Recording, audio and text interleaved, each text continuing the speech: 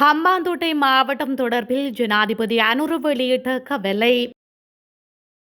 நாங்கள் கிட்டத்தட்ட 30 வருடங்கள் தனி நாடு நடாத்திய இனம் சபையில் அர்ச்சுனா ஆவேசம். அதிரப்போக்கும் உலக சந்தை அமெரிக்காவுக்கு தயங்காமல் பதிலடி கொடுத்த இந்தியா. இனிய பாரதி கைது விசாரணையில் புதிய திருப்பம் பிள்ளையான் கொடுத்த முக்கிய தகவல். மகிந்தவின் மகன் ஜோசிதவுக்கு எதிரான வழக்கு நீதிமன்றம் பிறப்பித்த அதிரடி உத்தரவு. பிரபல தென்னிந்திய கலைஞர்களின் லண்டன் மேடையில் தலைவர் பிரபாகரனின் பாடல். தென்னிலங்கையில் மர்மமான முறையில் கொலை செய்யப்பட்ட பெண்.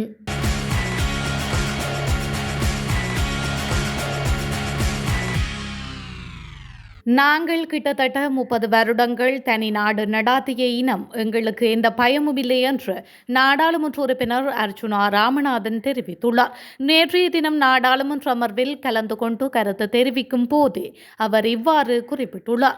தொடர்ந்தும் அவர் கருத்து தெரிவிக்கையில், அரசியல் செய்ய வேண்டும் என்பதற்காக செம்மணிக்கு வந்து செருப்புகளை வைத்துவிட்டு ஓடாமல் தமிழ் மக்களுக்காக போராடினால் நாங்கள் உங்களுக்கு ஆதரவு தருவோம். நான் அமைச்சர் சந்திரசேகரனை அவமதிக்கவில்லை, அவருக்கு உதவி செய்யத்தான் நினைக்கின்றேன். வடக்கு மாகாணத்தில் ஒரு நாடாளுமன்ற உறுப்பினருக்கு தர வேண்டிய 10 மில்லியன் பன்முகப்படுத்தப்பட்ட நிதியையும் வடக்கு மாகாணத்தில் உள்ள 6 அமைச்சர்களுக்கும் அமைச்சர் சந்திரசேகரன் எடுத்து தரவில்லை என அவர் மேலும் தெரிவித்துள்ளார். கிழக்கில் இடம்பெறும் கைதுகள் தமிழ் மக்களிடையே ஒரு எதிர்பார்ப்பை ஏற்படுத்தியுள்ள நிலையில் அண்மையில் இடம்பெற்ற இனிய பாரதி மற்றும் அவரது சகாக்களை தொடர்ந்து இன்னும் கைதுகள் இடம்பெற இருப்பதாக உள்ளதாக தகவல்கள் உலாவிக் கொண்டிருக்கின்றன. அம்பாறை மாவட்டத்தில் ஆயுத கலாசாரம் உச்சம் பெற்றிருந்த அந்த நாட்களில் இனிய பாரதி நிகழ்த்தியதாக சொல்லப்படும் கொலைகள், கடத்தல்கள் தொடர்பாகவும் மேலதிக விசாரணைகள் இடம்பெறுவதாகவும் இதன்போது துணையாக இருந்தவர்களே கைது செய்யப்படுவதாகவும் கூறப்படுகின்றது. முன்னாள் ஜனாதிபதி மஹிந்த ராஜபக்ஷவின் மகன் யோசித் ராஜபக்ஷ மற்றும் அவரின் பாட்டி டெய்சி ஃபாரஸ்ட் ஆகியோருக்கு எதிரான வழக்கு எதிர்வரும் 28ஆம் தேதி மீண்டும் விசாரணைக்கு எடுத்துக் கொள்ளப்படும் என நீதிமன்றம் உத்தரவிட்டுள்ளது. கொழும்பு மேல் நீதிமன்றம் நேற்று இந்த உத்தரவை பிறப்பித்துள்ளது. பண மோசடி தடுப்பு சட்டத்தின் கீழ் யோசித் ராஜபக்ஷ மற்றும் அவரது பாட்டியான டெய்சி ஃபாரஸ்ட் ஆகியோருக்கு எதிராக சட்டம் அதிபரால் நீதிமன்றில் வழக்கு தாக்கல் செய்யப்பட்டிருந்தது. இந்த வழக்கு நேற்றைய தினம் மீண்டும் விசாரணைக்கு எடுத்துக் கொள்ளப்பட்ட போது ஜோசித் ராஜபக்ஷ மற்றும் டெய்சி ஃபாரஸ்ட் ஆகியோர் நீதிமன்றில் முன்னிலையாகியிருந்தனர். இந்த வழக்கு தொடர்பான விசாரணைகளை முன்னெடுத்து வரும் நீதிபதி விடுமுறையில் உள்ளதால் இந்த வழக்கு எதிர்வரும் 28ஆம் தேதி மீண்டும் விசாரணைக்கு எடுத்துக் கொள்ளப்படும் என நீதிமன்றம் உத்தரவிட்டுள்ளது. சுமார் 73 மில்லியன் ரூபாய் மதிப்புள்ள சொத்துக்களை சட்டவிரோதமாக கையகப்படுத்தியதன் மூலம் பண மோசடி தடுப்பு சட்டத்தின் கீழ் குற்றம் இழைத்ததாக குற்றம் சாட்டி சட்டம் அதிபரால் ஜோசித ராஜபக்ஷ மற்றும் அவரது பாட்டி டெய்சி ஃபாரஸ்ட் ஆகியோருக்கு எதிராக இந்த வழக்கு தாக்கல் செய்யப்பட்டுள்ளமையும் குறிப்பிடத்தக்கது. ஹம்பாந்தோட்டை மாவட்டத்தில் அபிவிருத்தி நிதிகள் மோசமாக பயன்படுத்தப்படுவது குறித்து ஜனாதிபதி அனுரகுமார திசாநாயக்க கவலை தெரிவித்துள்ளார். நேற்று நடைபெற்ற விசேட ஒருங்கிணைப்பு கூட்டத்தில் உரையாற்றுகையிலேயே அவர் இதனை தெரிவித்துள்ளார். ஒதுக்கப்பட்ட 574 மில்லியனில் 23 மில்லியன் மட்டுமே இந்த ஆண்டு இதுவரை செலவிடப்பட்டுள்ளதாகவும் அவர் கூறியுள்ளார். அபிவிருத்தியை விரைவுபடுத்துமாறும் ஆண்டிறுதிக்குள் நிதியை முறையாக பயன்படுத்துவதை உறுதி செய்யுமாறும் அவர் அதிகாரிகளை வலியுறுத்தியுள்ளார். தேசிய அபிவிருத்தியை முன்னெடுப்பதற்கு அரசியல் தலைவர்களுக்கும் அரச ஊழியர்களுக்கும் இடையிலான ஒத்துழைப்பின் அவசியத்தை அவர் எடுத்துரைத்துள்ளார்.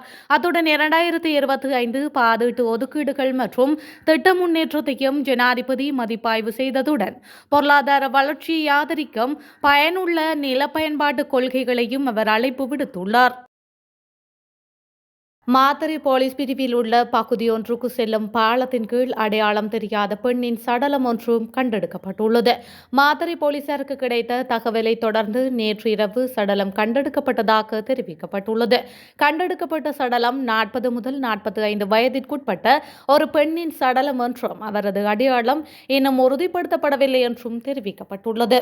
அவர் சுமார் 5 அடி உயரம் கொண்டவர் என்றும் கருப்பு மற்றும் மஞ்சள் நிற ஆடை அணிந்திருந்ததாகவும் போலீசார் தெரிவித்தனர். இந்த விடயம் குறித்து மாத்தறை போலீசார் மேலதிக விசாரணைகளை மேற்கொண்டு வருகின்றமையும் குறிப்பிடத்தக்கது. அமெரிக்கா இரும்பு மற்றும் அலுமினியம் மீதான இறக்குமதி வரியை 25% 50% உயர்த்தியதற்கு பதிலடியாக இந்தியா அமெரிக்காவிலிருந்து இறக்குமதி செய்யப்படும் சில பொருட்களுக்கு கூடுதல் வரி விதிக்க முடிவு செய்துள்ளது. இந்த முடிவு இரண்டு நாடுகளுக்கும் இடையே நடைபெற்று வரும் மினி வர்த்தக ஒப்பந்த பேச்சுவார்த்தைகளின் பின்னணியில் எடுக்கப்பட்டுள்ளது. இந்த ஒப்பந்தம் விரைவில் அறிவிக்கப்படலாம் என எதிர்பார்க்கப்படுகின்ற நிலையில் முழுமையான வர்த்தக ஒப்பந்தம் செப்டம்பர் அல்லது அக்டோபர் மாதங்களில் கையெழுத்தாகலாம் என தகவல்கள் தெரிவிக்கின்றன. இந்த நிலையில் இந்தியாவின் பதிலடி நடவடிக்கையால் சுமார் 65,000 கோடி மதிப்பிலான அமெரிக்க பொருட்கள் பாதிக்கப்படும் என மதிப்பிடப்பட்டுள்ளது. இதேவேளை இந்தியா உலக வர்த்தக அமைப்பிடம் குறித்த தீர்மானத்தை அறிவித்துள்ளதாகவும் தெரிவிக்கப்பட்டுள்ளது.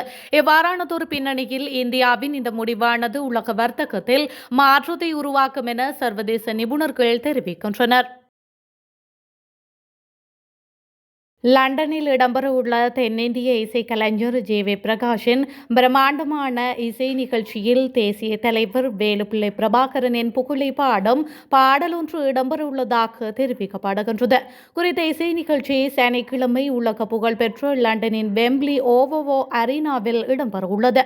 இந்த நிகழ்வில் புகழ்பெற்ற பின்னணி பாடகர்களான சைந்தவி கரிஷரன், ஸ்வேதா மோகன், ஆனந்த், ஹரிப்ரியா மற்றும் அந்தோணிதாசன் ஆகியோர் கலந்து சிறப்பிக்க உள்ளனர். இந்த நிலையில் குறித்த நிகழ்வில் தேசிய தலைவர் வேலுப்பிள்ளை பிரபாகரனின் பாடல் ஒன்றும் இடம்பெற இருக்கின்றது என்று தெரிய வருகின்றது. இதுநாள் வரை பல இசை நிகழ்ச்சிகள் உலகம் முழுவதும் இடம்பெற்றிருந்தாலும் தேசிய தலைவர் பிரபாகரன் அவர்களை போற்றி பாடும் பாடல் குறித்த இந்த நிகழ்வில் தான் இடம்பெறவுள்ளது. இந்த செய்தி உலகம் முழுவதும் வாழும் தமிழர்களிடையே பெரும் உற்சாகத்தை ஏற்படுத்தியிருக்கின்றது. இருப்பினும் பிரம்மாண்டமான ஐமெக்ஸ் திரையில் தலைவர் பிரபாகரன் படமும் உலக புகழ் பெற்ற மேடையில் அவர் புகழ் பாடும் காட்சியையும் கண்டுகொள்ளக்கூடிய வாய்ப்பு பிரித்தானியாவில் வாழும் தமிழர்களுக்கு மட்டுமே கிடைக்கும் என்பதும் குறிப்பிடத்தக்கது. பாராளுமன்றில் நேற்று நடைபெற்ற அமர்வின் போது சிறப்பு கூற்றை முன்வைத்து உரையாற்றிய பாராளுமன்ற உறுப்பினர் தயாஸ்ரீ ஜெயசேகர கொள்கலன்கள் விடுவிப்பு விவகாரத்தில் எதிர்க்கட்சிகளின் உறுப்பினர்கள் குற்றப்புலனாய்வு திணைக்களத்திற்கு அழைக்கப்படுவது முறையற்றது என்று குறிப்பிட்டார். இதனால் சபை நடவடிக்கைகளுக்கு பாதிப்பு ஏற்பட்டது. இதன்போது எழுந்து உரையாற்றிய ஆளும் கட்சியின் பிரதம கொறடாவான நலிந்து ஜெயதிச எதிர்க்கட்சி உறுப்பினர்கள் பாராளுமன்றத்திற்குள்ளும் வெளியிலும் குறித்த கொள்கலன்களில் ஆயுதங்கள் இருந்ததாக கூறினார்கள். அரசாங்கம் என்ற வகையில் இதனை பாரதூரமான பிரச்சனையாக நாம் பார்க்கின்றோம். அவ்வாறு ஆயுதங்கள் இருந்தால் அது தேசிய பாதுகாப்புக்கு அச்சுறுத்தலானதே. இவ்வாறு பாராளுமன்றத்தின் உள்ளே கூறினாலும் வெளியே கூறினாலும் பொதுமக்களின் பாதுகாப்புக்காக அந்த தகவல்களை போலீசாருக்கும் குற்றப்புலனாய்வு திணைக்களத்துக்கும் வழங்குவது அரசாங்கத்தின் பொறுப்பாகும். பாராளுமன்ற சிறப்புரிமையில் இருந்து கொண்டு பாரதூரமான விடயங்களை குறிப்பிட்டுவிட்டு அது குறித்து விசாரணைகளை மேற்கொள்ளும் போது அச்சமடைய வேண்டாம். பாராளுமன்ற சிறப்புரிமை என்று கூறிக்கொண்டு அதற்குள் இருக்க வேண்டாம். தேசிய பாதுகாப்பானது என்று முக்கியமான தகவலை வெளியிட்ட பின்னர் அவர்களை அழைத்து அந்த தகவல்களை பெற்றுக்கொள்வதற்கே குற்றப்புலனாய்வு மேற்கொள்கின்றது. இந்த விடயத்தில் பயப்பட வேண்டாம், தகவல்களை வழங்குங்கள் என்று அவர் மேலும் தெரிவித்துள்ளார்.